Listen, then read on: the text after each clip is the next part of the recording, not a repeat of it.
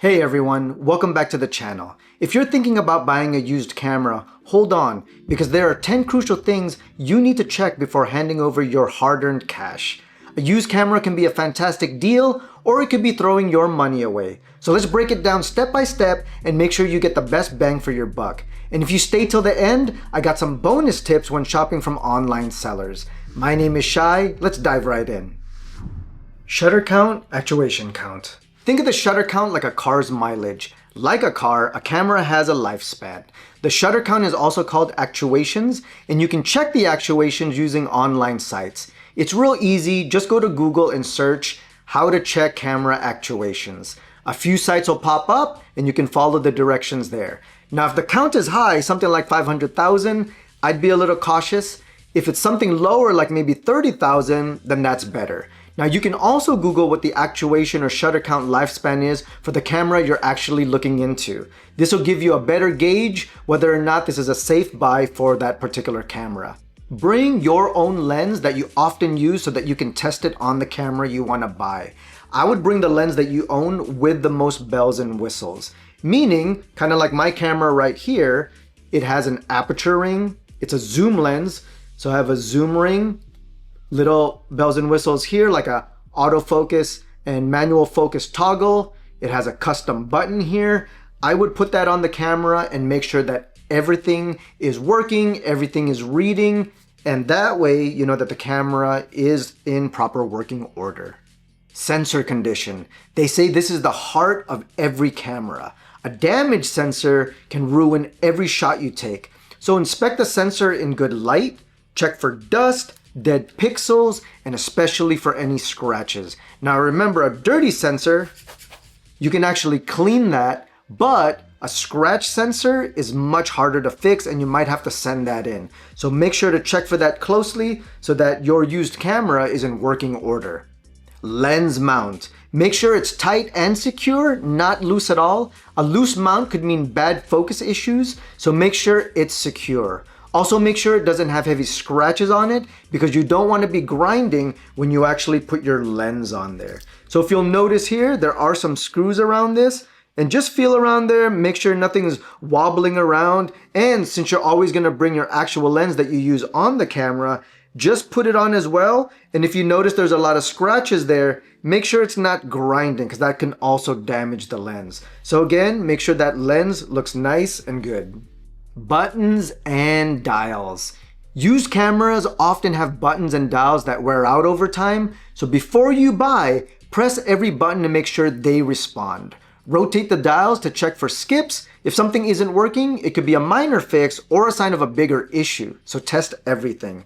On this particular camera, I'm testing the shutter button. Of course, I got the lens on, so I'm taking shots.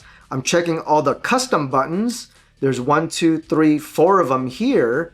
Take some pictures, hit the play button, make sure the delete button works, make sure the function button and menu works, check the main dial here for ISO, exposure dial, and you got your custom dial here where you can toggle from program, aperture, shutter mode. Make sure that everything's in working order. Autofocus performance. Check for quick responsiveness. Take a handful of shots. Bad autofocus means missed shots, so attach your lens and test the autofocus in low light and in bright light if possible. See if it hunts too much, meaning does it struggle to find the focus? Try continuous autofocus to check for smooth tracking. If autofocus is slow or unreliable, I'd move on, walk away, or at least be a little bit cautious. Screen and electric viewfinder, EVF. If there's a touchscreen especially, test it for any dead zones, check if there are any dead pixels, check for any scratches that may be on the screen, and sometimes if the seller has a screen protector, it can hide some of the scratches underneath. If you spot that, if there's any damage on there, even a little bit, ask the seller if you can remove the screen protector or ask if there's any damage under there if you notice anything. This was actually a used camera I bought. See the damage on there? I didn't notice it because they had a screen protector on there. And when I removed it, because I wanted to replace it so it was nice and new, I noticed all that damage on there. Now, luckily for me, when you use the camera, you can't actually see any of that damage on there, like right there. And when you put a screen protector, which I'm gonna put one on again, it actually hides that damage on there. Now, luckily I didn't feel so bad because at the time, this camera was going for $2,000 brand new and they were selling it used for 400 bucks, pretty crazy. But now I know why, because of that damage there. Now, when you're checking for the camera screen, also as a secondary thing to look for, check the EVF. Now check it for any lag, check it for any flickering, and also check it for any dead pixels. Now, another thing you want to check for inside, is there any weird discoloration? Because a faulty EVF could mean expensive repairs, so check for those things inside. Memory card slot and battery compartment. Bring a memory card, insert it in the camera, and what you want to do is basically make sure that that camera is reading and writing to that memory card. So, take a bunch of shots and see if the photos come out when you press play. Also take video, not just a couple seconds, a couple minutes. Play it back and make sure again that the memory is reading and writing to that memory card. Also, check the battery compartment. Sometimes you'll notice that there might be some corrosion in there. So check, make sure that it's clean, because you want to make sure that that battery is actually charging up that camera. Ports and hot shoe. Test the USB, HDMI, and mic ports. Make sure there are no loose or broken ports. In fact, something I also do is bring a power bank and check if the camera charges and plug that right in. Bring an HDMI cable. If you can, connect a monitor and make sure that the HDMI is working properly. And for the hot shoe, if you have an external flash, bring that flash and make sure that the hot shoe is also working properly. Check everything, the hot shoe and all the ports that the camera has to offer. Body condition. Inspect the entire camera body for cracks, loose parts, scratches around the dials, again on the screen. Make sure that the dials and grip feels good and nothing's loose around here. Check any place for weather sealing. On this used camera that I bought, it's a little loose here where the memory card goes in. Luckily, I don't plan to use this in any heavy rain or extreme weather. But if you were, you want to make sure that all of that is in proper working order. Alright, so I got a few bonus tips for you when buying used cameras online at places such as Facebook Marketplace or OfferUp. These are things to ask the seller. First off, was the camera rented? A lot of photographers, when they're not using their camera, like to put their camera up for rent so that other people can use it and they can make a few bucks. I think that's cool and all power to you. But if I'm buying that used camera, I tend to stay away from cameras that are rented.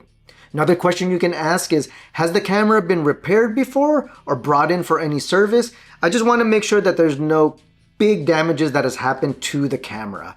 Now, sometimes people will lie about that. If you're able to, if they give you the serial number, you can actually check with Sony or Canon if the camera has been brought in for service before. So, tip for you there. Now, another question you can ask is there any existing warranty on the camera? A lot of times photographers, whether you're professional or a hobbyist, might just have a bunch of gear and they might not hold on to that gear long, maybe 2 years perhaps. And as photographers, we get rid of that gear if we're not using it so much. But if there's a warranty on that, sometimes warranty companies will actually transfer names to the new owner. So just double check if there's a warranty on that. Now, if you're buying from a particular seller, also check if they have other listings. I've actually done that before. I actually bought this camera and I looked online and I checked, and that seller was actually also selling a lens and a gimbal. I liked the lens that he was selling, so I bought the lens and this camera together. And since I was buying it together, I asked him for a discount and he said yes. So it never hurts to ask.